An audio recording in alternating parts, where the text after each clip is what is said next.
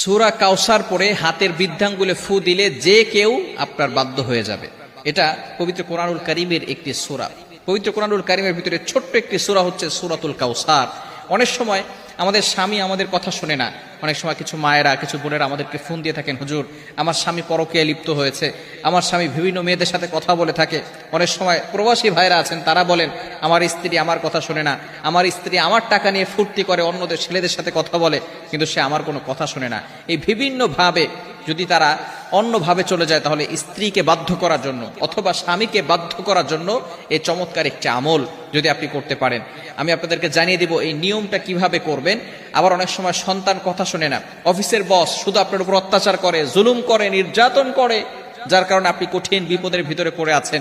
যদি আপনি এই আমলটা করতে পারেন, অবশ্যই আল্লাহ তাআলার পক্ষ থেকে সুন্দর একটা ফলাফল আসবে। 21 দিন এই আমলটা করবেন। আমলটি করবেন কিভাবে আমি আপনাদেরকে ভালো